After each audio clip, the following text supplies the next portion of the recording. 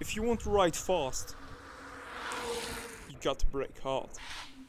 For this to work and not to go as bad as this, or even worse, your brake has to work. The most common reason for not working brakes are used brake pads or aid in the hydraulic brakes. At earliest, you'll feel the air if you pull your lever and it goes all the way up to your handlebar. Let's just hope it's not on the descent. At last, if you pump your lever a couple of times and feel a difference between the pumps, usually a shorter way than from the beginning. Alternatively, you can change your oil annually or every second year, although this is usually not necessary, at least with mineral oil. Your brake pads won't die without screaming bloody murder, so this shouldn't be a problem as well. Right now, it's winter, or more like a long wet autumn, or just mud. So it's perfect to give your bike some TLC.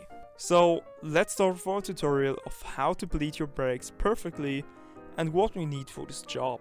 The most important thing next to the brake is brake fluid.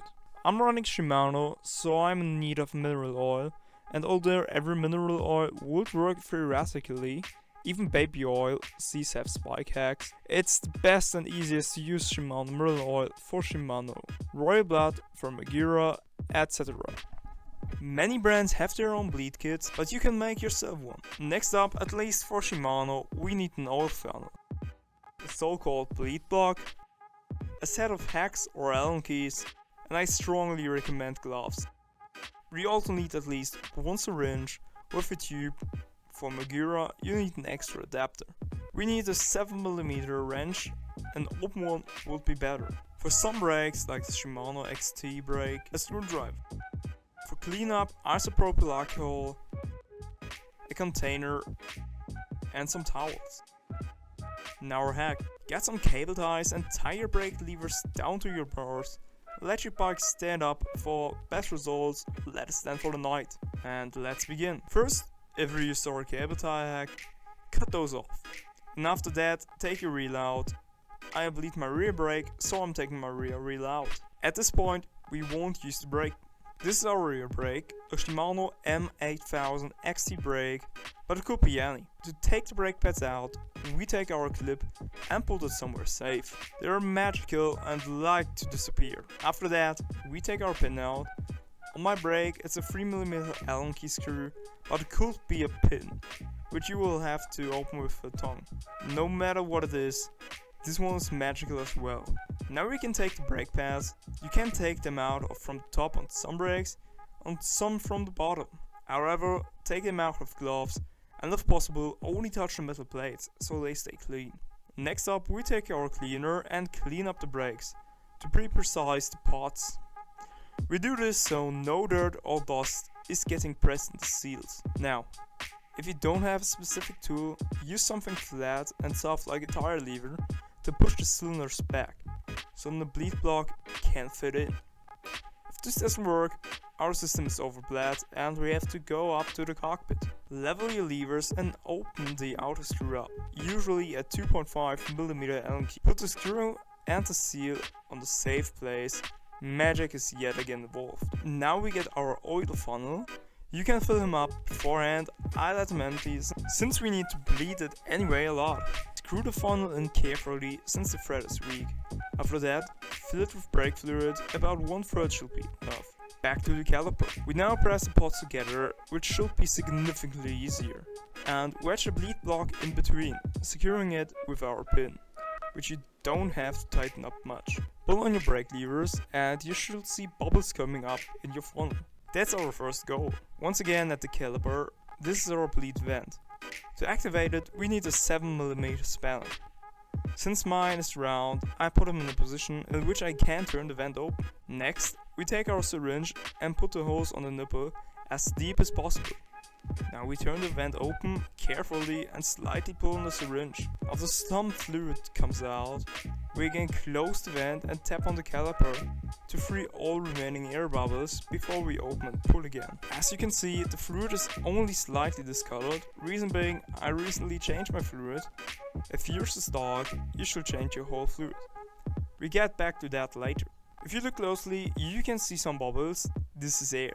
While our vent is open and the syringe is under a little pressure, We tap again to get everything out of there. If you're done, close the vent. The bubbles are now collected and more visible. Take some paper and pull the syringe off. Be careful that nothing drops down.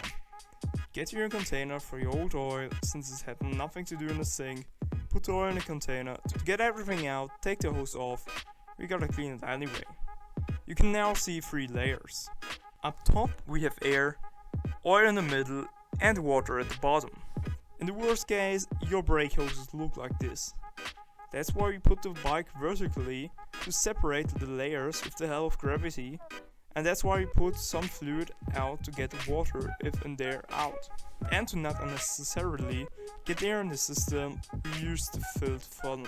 In theory, a bit of water isn't that bad, but our lever feeling will be worse. Before we continue, we tap our hosing system to get every little bottle up and pump a couple of times. You can see that the level in the funnel sunk. We now take fresh oil and fill our syringe. The amount of fluid depends on how much we have to fill up. If you need to change all of the fluid, you need at least 1 full syringe. Repeat our actions, spanner on, hose on, and now we press on the hose, so no air will be in there. Open the vent and then push on the syringe. As you can see, our fluid level in the funnel rises again. If you want to change all of the fluid, you need to push so long till on the top comes new fluid out. Since I changed it recently, my fluid is clear. We close this vent and remove the hose with a towel and clean the vent. I used fresh oil and I can put it back into my reservoir. We don't want to waste something. With used fluid, you don't want to do this. Now we focus on our brake lever, to be precise, on the reed screw. Different models have to be used with a hex key and are for free travel. If we screw our reed screw in, our levers move to the ball. If we screw it out, it moves away. We want to do that as much as possible. The same with our free travel screw. Not all brakes have this one. The reason why we do this is to increase volume, and we can get rid of the smallest air bubbles and fill it with oil. Bump and tap again, and you should see bubbles coming up. To really get everything out, we move our lever up and down. Be careful that the hole from the funnel should be always covered with oil. Take the plug and press it with the wider side with the seal in the hole. Screw the funnel carefully out and put it in the holder. Last up, we take our brake leaf screwer and screw it back in, starting sideways so no air gets trapped. After that, wipe the lever clean. I fill the fresh fluid bag and put the oil far away and clean the lever again. Now it's time to change gloves, since yours did most likely get dirty or oily, and we need clean gloves to clean our brake pads if they are thick enough. If you're already tuning your brakes, I will change them around less than 1 mm. For cleaning, we take some alcohol and a towel. Spray the alcohol on the towel and wipe the dust and dirt off the pads. After we've done that, we go back to our caliper, remove the pin and the bleed block to clean our brakes with alcohol again. After it's clean, we can install our pads, use the pin, and don't forget the retaining clip. We can get our wheel back in, and if you don't have a through axle, lean on the saddle so the wheel sits right. Now close your quick release. It's possible that your brake caliper is not parallel to your rotor. To put it right, loosen your caliper screws that the saddle can move freely and put a clean business card in between without touching anything with our fingers, but put the card really deep inside. You can now pull the brake lever, and it's normal that the lever goes all the way up to the bar, but after 2 pulls, your lever should be firm. Now, while pulling the lever, fix the brake screws and your caliper should be parallel. You can remove the cards now. Last step is to screw in your freestock and your reach screw to your desired position. So that's for it now. Your brake should feel better and stronger than before. Before you're ready for the streets, wood or wherever, you should break in your brake pads again. Maybe you saved an upgrade with your maintenance. I hope you learned something or at least get entertained. Thanks for subscribing, till next time and happy riding!